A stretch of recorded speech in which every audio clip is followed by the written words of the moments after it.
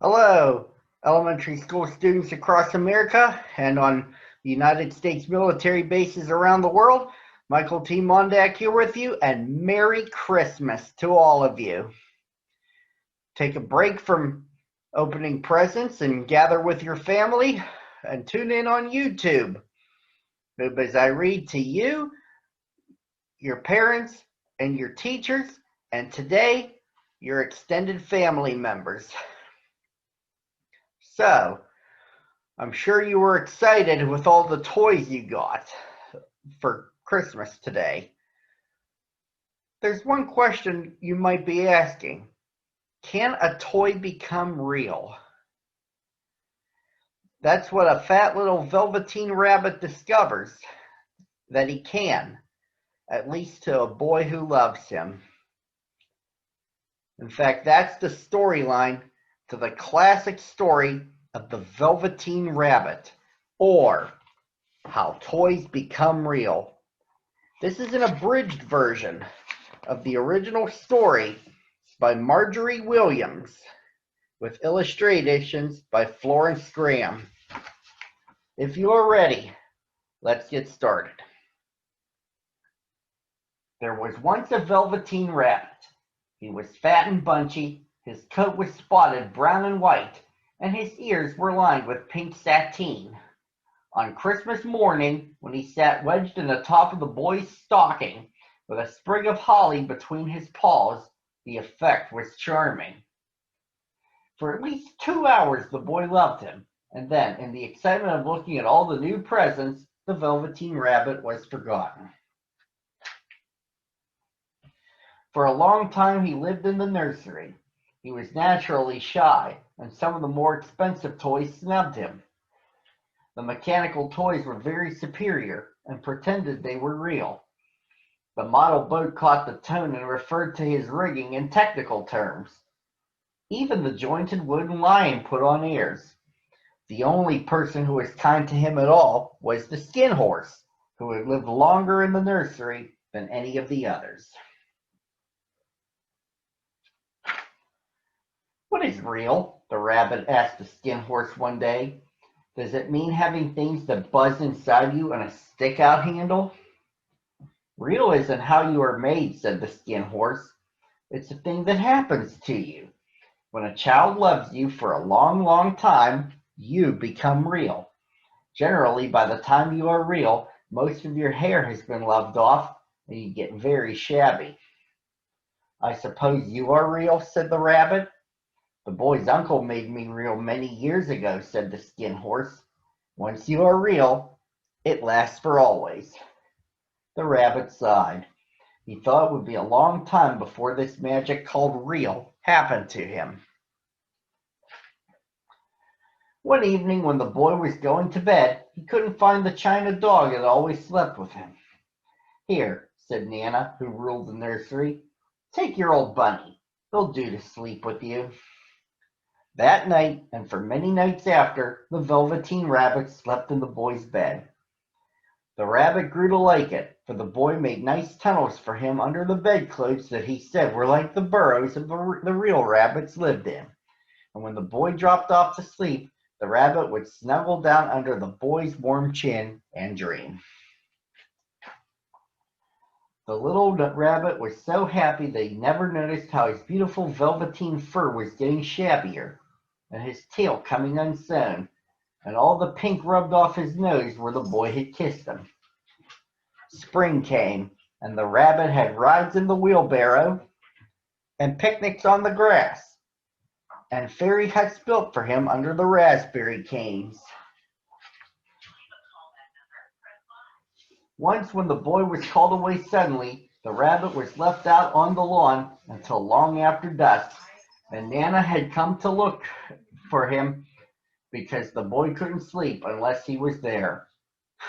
Fancy all that fuss for a toy, said Nana. The boy sat up in bed. He isn't a toy, he said. He's real. When the little rabbit heard that, he was happy, for he knew that what the skin horse had said was true at last. One summer evening, the rabbit saw two strange beings creep out of the bracken. They were rabbits like himself, but quite furry. Their seams didn't show at all, and they changed shape when they moved. Can you hop on your hind legs? Asked the furry rabbit. I don't want to, said the little rabbit.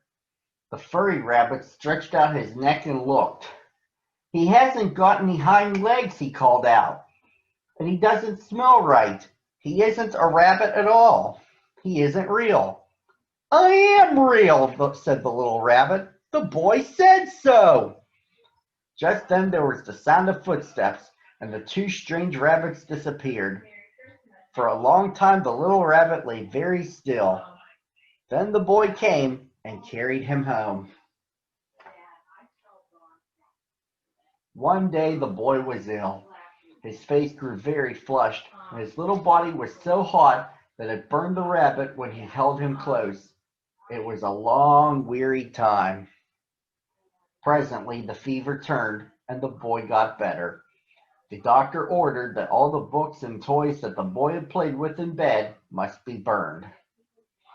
And so the little rabbit was carried out to the garden.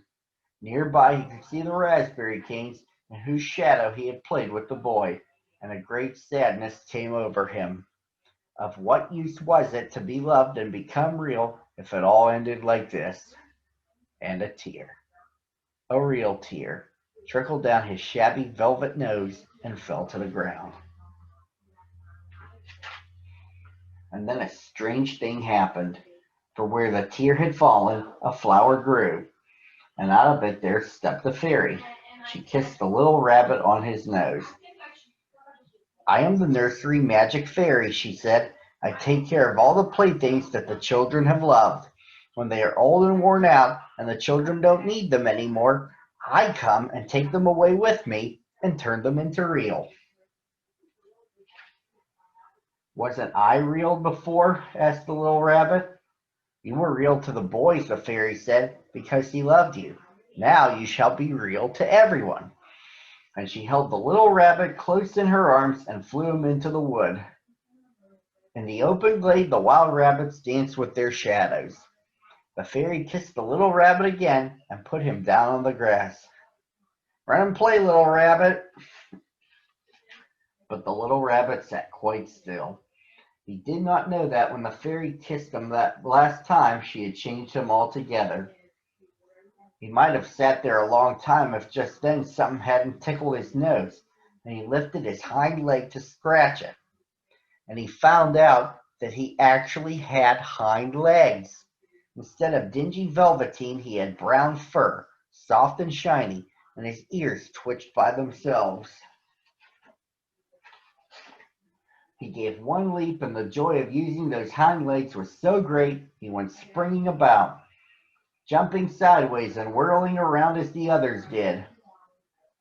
And he grew so excited that when he did stop to look for the fairy, she had gone.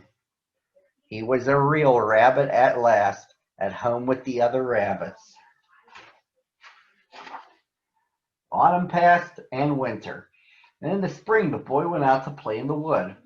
While he was playing, two rabbits crept out from the bracken and peeped at him. One of them was golden brown all over, but the other had strange markings under his fur, as though long ago he had been spotted. And about his little soft nose and round black eyes there was something familiar, so that the boy thought to himself, "Why, he looks just like my old bunny that was lost when I had scarlet fever." But he never knew that it was really his own bunny, come back to look at the child who had first helped him to become real. And that, my friends, is the story of the Velveteen Rabbit, or How Toys Become Real. Merry Christmas, one and all, and I'll look forward to be back with you the following Monday, same time, same channel.